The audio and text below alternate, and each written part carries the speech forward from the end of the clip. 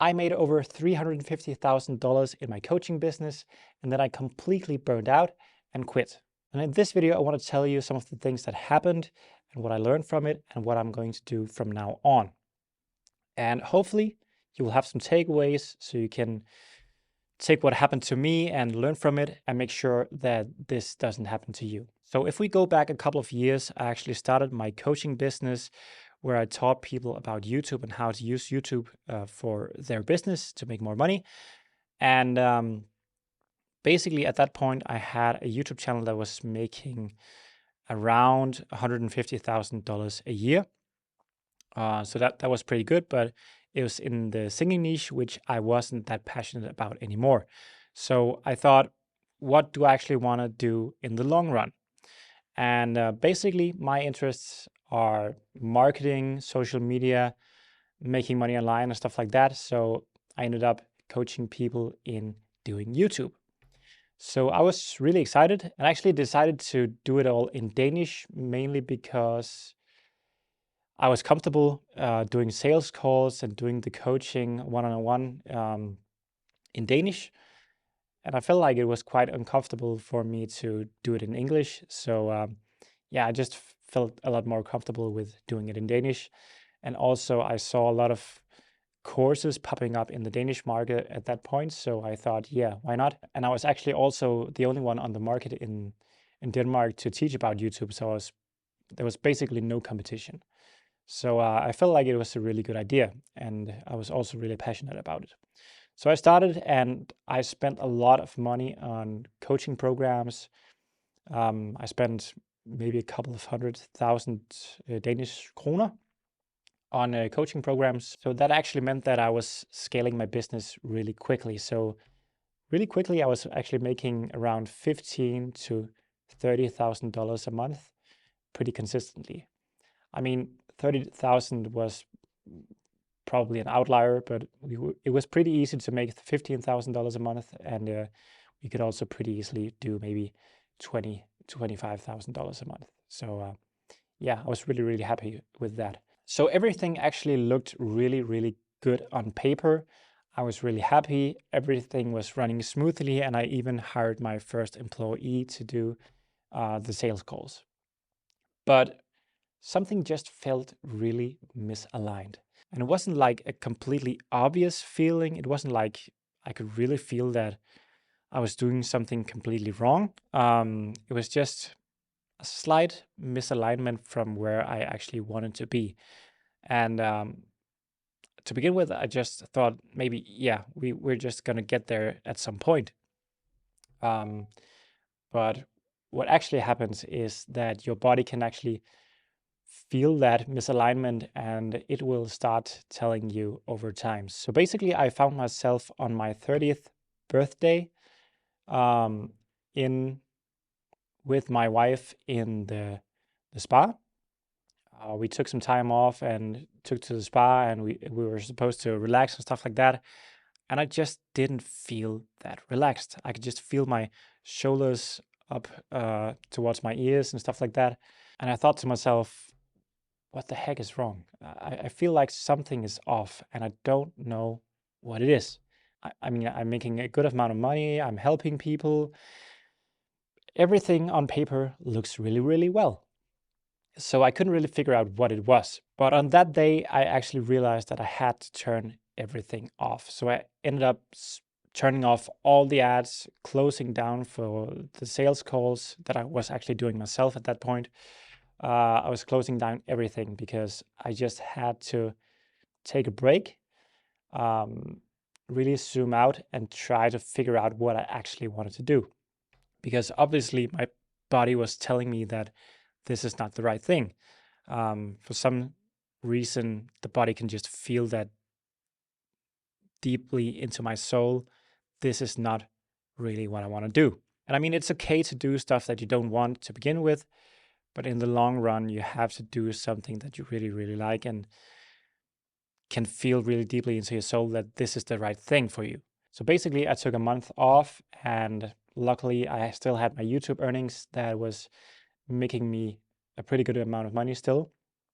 So I could really take a break and relax and zoom out and figure out what I actually wanted to do. So what I did wrong was, first of all, I felt like it was really hard to scale past just being myself, and to be able to not do sales calls and stuff like that, which felt really draining to me because I'm an introvert. And yeah, it's basically just really hard for me to go out and meet people, new people all the time, talking to people, and yeah, basically being forced to talk to a lot of people to keep the business running. That's really hard for me. I feel like I thrive a lot more just being able to choose myself when I want to talk to people, and also really like being in my little cave making YouTube videos and creative stuff. So I like building YouTube videos, building my social medias up, and building funnels and stuff like that, and also good products. So it was quite draining for me to basically be stuck in the operations. All I did was doing sales calls and coaching calls and just running my business, trying to make more money and scaling my offer. So yeah, I got away from doing all the creative work, like doing YouTube videos and stuff like that, which I really enjoyed. So I could really feel that I missed it. And I also didn't like doing all the sales calls, even though I got really good at it. And I also heard a concept from Alex Hormozy, where he talks about being a maker versus an operator. So basically, an operator is a person whose job is to have meetings. They can be maybe 15 minutes long, they can be an hour long, they can be even 5 minutes long. And also their job is to oftentimes make sure that other people are doing their job. And then on the other hand, we have the maker, whose job is to do something creative. So that might be someone who's creating a good product, or making YouTube videos, or editing videos and stuff like that.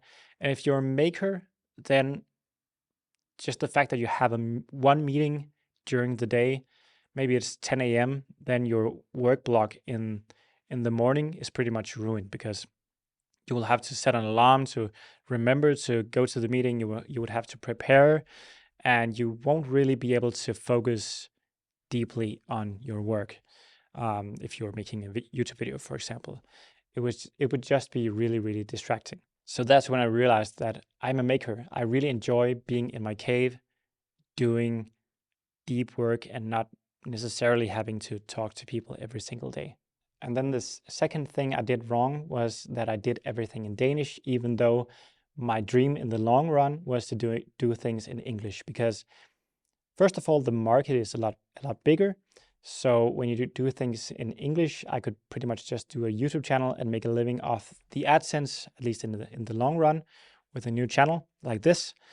And I could also build the same business that I had before, just with traffic from only YouTube. And in the Danish market, I was much more reliant on running ads, basically. I'm not saying that you can't build a huge business in Denmark just by running your YouTube channel, but it's way, way harder than doing it in English. And it's also a bit harder to actually reach the income level that I actually wanted to do in the future. So that's also a huge plus by doing it in English instead. And the last thing is that it's way harder to hire good talent in Denmark. We aren't that used to building this sort of company where you are teaching online and stuff like that. And there aren't really that many closers. So you have to basically teach everyone from the beginning. And that's pretty new to me, so I'm not really good at hiring, at least yet. And then the last thing that I felt like was a bit off was that my high ticket offer, which was around $3,000, was basically targeted for beginners. At least that's the target audience that I actually ended up getting. And the problem with that, at least in my opinion, was that, I mean, I can build a really, really good product where I teach people everything that I know. But the problem is that a lot of beginners that starts doing YouTube, they ended up not really doing anything. They wait for half a year and then they just keep pushing it further down the line. And yeah, it was hard to get people off the sofa and actually doing the stuff that I taught them. And of course, I can do everything in my power to help them as much as possible. I can do a really good program. I can teach them everything I know. I can offer them my help by having them on one-on-one calls. But the problem is I can't go to their home, pick them up from their sofa and actually kick them in their butt and then get them to work. That's the only thing that I can't do. And that's actually what I feel like a lot of beginners need. So I feel like in the future, I would mainly offer a high ticket offer to a more experienced audience, maybe someone who has reached a certain level of subscribers and has some sort of proof of concept with their YouTube channel.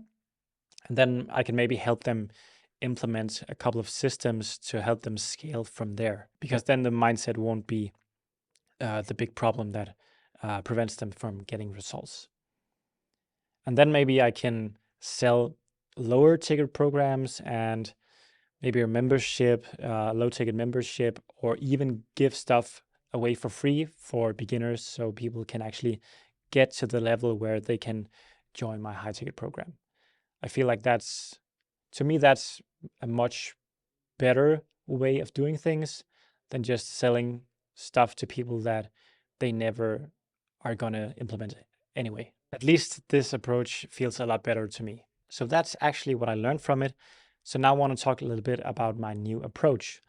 So basically what I did after having a month off was that I mapped out my ideal week to figure out what I actually want to do every single day, to make sure that I wake up in the morning being excited to go to work and really get back that feeling of enjoying my work and being able to make a difference.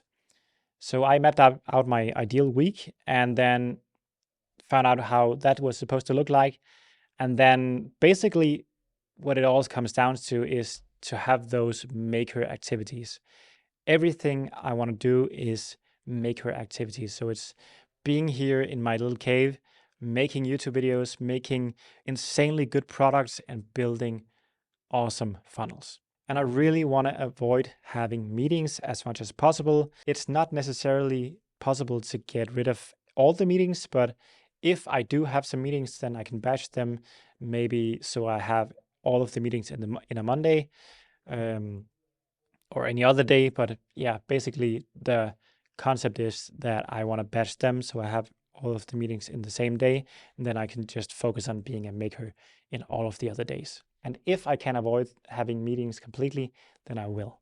Then I also want a bit more time to reflect and kind of zoom out and do basically what I did in the past couple of months, and also maybe get in better shape and also take care of myself and my health.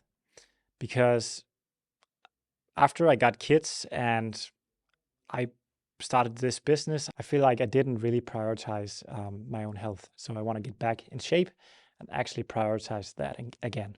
And to be able to do that, I have to outsource a lot more than I did before. Because yeah, before I basically did everything myself. So this time I actually want to outsource everything that I can. So I want to outsource the editing of my videos. I want to outsource the thumbnails. If I need to do sales calls, then I want to hire someone to do that from the beginning and all sorts of stuff like that. So I basically want to outsource from the beginning, even though I don't really make money from the beginning from this channel and this new concept. And then everything, of course, is going to be in English. So it's a much bigger market, like we talked about. And then I want to get back to doing way more YouTube videos. I want to build up my Instagram, making reels and stuff like that, and also my TikTok. And then I want to sell low ticket products and also build a community on School, where I can basically teach people the same stuff that I did before. But as I said, my high ticket programs will be reserved for people that are a bit further in the process. and maybe they already have bought something from me. Maybe they have bought some of my lower ticket products. So yeah, I want to implement the lower ticket products, both one-off products and also a low ticket membership, which is, I think, is going to be really, really fun. I actually tried it in Danish and I really, really enjoyed it. So that's also something that I want to implement. So I have some sort of filter for my high ticket program, and I'm not just sending a bunch of traffic directly to my high ticket program, because I feel like that's also one of the problems that I had. The closing rate wasn't as high as it could be. I mean, I had a decent amount of closes, and I had a pretty good amount of a pretty good closing rate, but still it could be better if I had some sort of filter where I could maybe sell a low ticket product, and then after someone bought from me, then I can start upselling, and then people know me way better. They know that I deliver a good product. They know that they have actually started their YouTube channel, and then they can buy a high ticket program from me. And then also my high ticket program is going to focus a lot more on building systems. So it's basically going to be people that already started their channel and they want to implement some systems that's going to make things and their workflow a lot better. So maybe a system to outsource stuff and all sorts of things like that. And by building systems, I can actually teach anyone to be a coach, because the coach pretty much just have to know the system and know how it works and be able to answer a couple of questions, and then they can pretty much help with the process. So in that way, it will be much easier to actually build a coaching business, have a high ticket program without it having to be me on the coaching calls every single time. So yeah, to sum everything up, I'm basically starting all over in English. I'm building a bit of the same company, but in a different way. It's structured a bit different. And I feel like this feels really, really great. And I feel like it's much more aligned to what I want. And that's both in my business and also in my private life. So hopefully you found this interesting, and hopefully you can somehow relate to it and learn something from it. At least I'm trying to be vulnerable and actually tell about not just the good things, and also the bad and the hard things in running a business. I feel like that's missing a lot online. So if you want to keep following my journey and see where all of this ends up, then make sure you subscribe to my channel right here, and then I'll see you in my next videos. Bye.